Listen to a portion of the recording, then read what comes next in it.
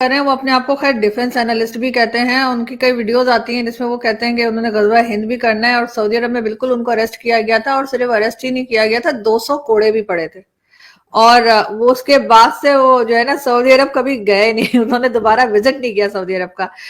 घर जाके कभी अपने दादा का नाम पूछना। वो कौन था भैया, अमर अकबर एंथोनी में क्या नाम था? किशन लाल। किशन लाल है तुम्हारे दादा का नाम, समझे?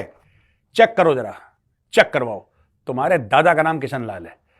किशन लाल का बेटा बाद में कन्वर्ट हो गया और तुम पैदा हो गए उस घर में, ठीक है? तो जैद, हामिद और नाम ऐसे ऐसे लंबे चौड़े, लेकिन बेटा तुम हो तुम हो किशन लाल की औलाद।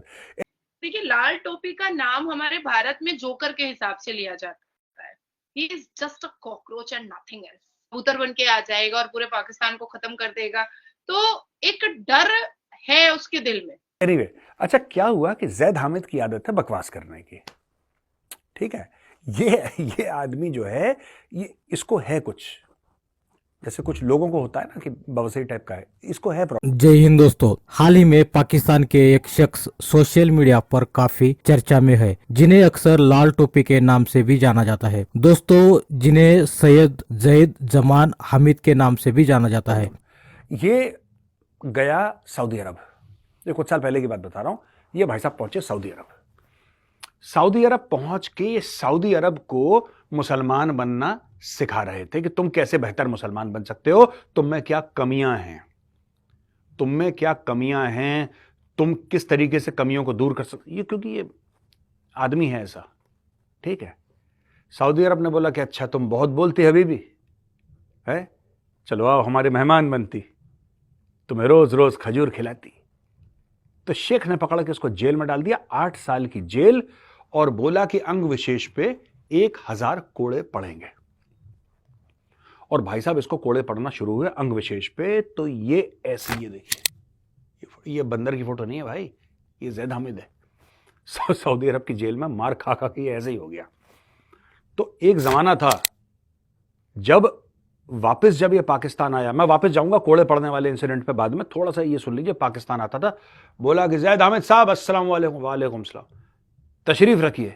तो जैसे ही बोलते थे तशरीफ रखिए तो उसकी रूह कांप जाती थी, औंधे मुंह लेट जाता था, क्योंकि इसकी तशरीफ कर दी थी शेखों ने लाल, क्योंकि ये वहां पे बकवास कर रहा था और यहां पे अरबों को सिखा रहा था कि तुम्हें कैसे बेहतर मुसलमान बनना है, तुम क्या गलत कर रहे हो, तुम ये गलत हो, ये। एक पाकिस्तानी दूर दराज कट्टरपंथी इस्लामिक राजनीतिक टिप्पणीकार और साजिक सिद्धांतकार है। आपको बता दें कि उनकी इसी हरकतों की वजह से ये लाल टोपी को सऊदी अरेबिया के शेख ने पकड़ के 200 कोड़े भी लगवाए थे। एक पाकिस्तानी सेना अधिकारी और एक कश्मीरी माँ की संतान जैद जिहाद का समर्थक है। इंटरनेट इंफॉर्मेशन के सोर्सेस के तहत और कश्मीरी इंटरनेट के सोर्सेस के अनुसार कश्मीर केंद्रित सरकार विरोधी संगठनों का समर्थन करता है। उनका दावा है कि उन्होंने सोवियत अफगान युद्ध में लड़ाई लड़ी थी। वह राज्य के मामलों में पाकिस्तानी सेना के हस्तक्षेप का समर्थक करते हैं और पाकिस्तान में लोकतंत्र के खिलाफ सक्रिय रूप से अभियान चलाते हैं। वह इस्लामिक शासन व्यवस्था का समर्थन करते हैं और यही इंफॉर्मेशन इंटरनेट पर विकिपीडिया पर भी अवेलेबल है। 2019 में द मुस्लिम 500 ने उन्हें एक राजनीतिक टिप्पणीकार और भू राजनीति, इस्लामी दर्शन, मुस्लिम इतिहास और पाकिस्तान के लिए डॉक्टर इकबाल के दृष्टिकोण पर टीवी श्रृंखला के मेजबान के रूप में दुनिया के अपने वार्षिक सबसे प्रभावशाली मुसलमानों में शामिल किया था। इतिहासकार मनन अहमद आसिफ ने उन्हें नए पाकिस्तानी पुनरुत्थानवाद की अग्रणी आवाज कहा, क्योंकि वह 30 वर्षों से कम उम्र के युवा शहरी पुरुषों और महिलाओं, पाकिस्तान की सबसे बड़ी जनसांख्यिकी, पाकिस्तानी राष्ट्रवाद और इस्लामवाद के मिश्रण में बनाते हैं। दोस्तों,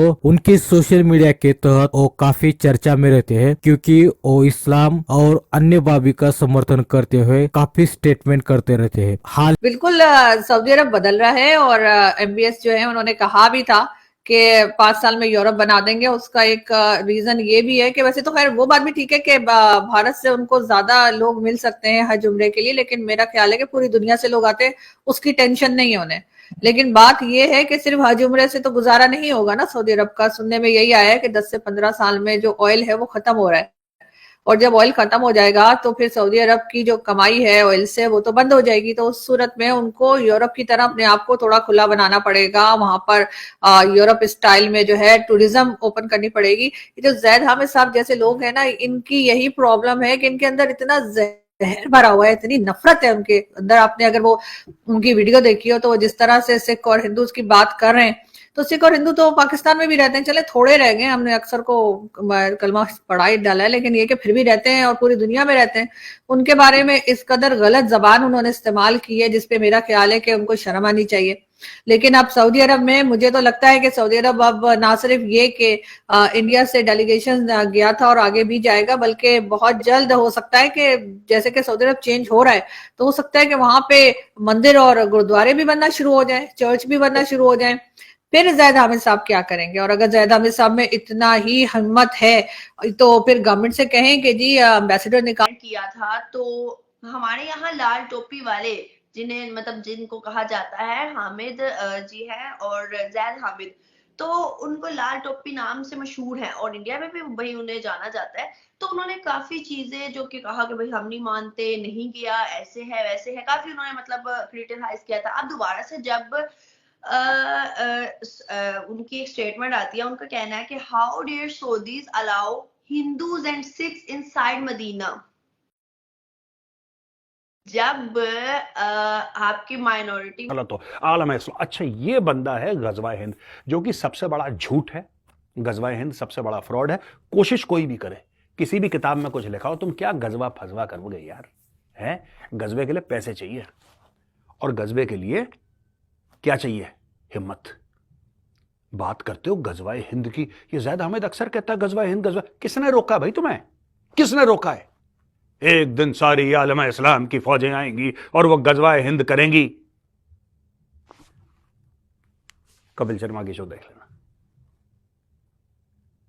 आएंगी गजवा हिंद करेंगी। तुम्हें रोका है किसी ने? आ जाओ भाई, आ जाओ।